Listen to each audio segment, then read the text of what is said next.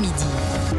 Romain Desarbres. 12h47, elle est dans la course pour l'investiture de la droite à la présidentielle. Valérie Pécresse a présenté ce matin ses propositions sur l'immigration. Alexandre Chauveau, service politique d'Europe 1. Bonjour Alexandre. Bonjour. Vous étiez à ses côtés. Quand on voit qu'Éric Zemmour est à 15% d'intention de vote dans certains sondages, on comprend que l'immigration est un thème capital pour un candidat, en l'occurrence une candidate à l'Élysée. Oui, après le référendum proposé par Marine Le Pen et les propositions radicales d'Éric Zemmour sur le sujet, cette fois Valérie Pécresse a présenté un projet de réforme constitutionnelle. En clair, c'est un mode d'emploi qui pourrait être soumis au Parlement dès le lendemain de son élection à l'Élysée.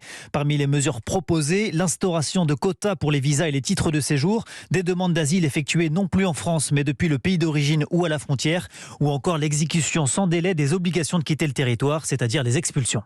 On rentre dans le concret.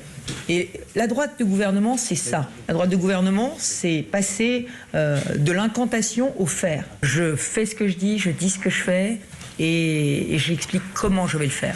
Valérie Pécresse veut montrer qu'elle est déterminée sur l'immigration et qu'elle compte bien se distinguer de ses adversaires à droite, aussi bien de Xavier Bertrand que de Michel Barnier. Elle peut compter pour cela sur l'appui de son directeur de campagne, l'ancien préfet Patrick Stefanini, spécialiste reconnu du sujet.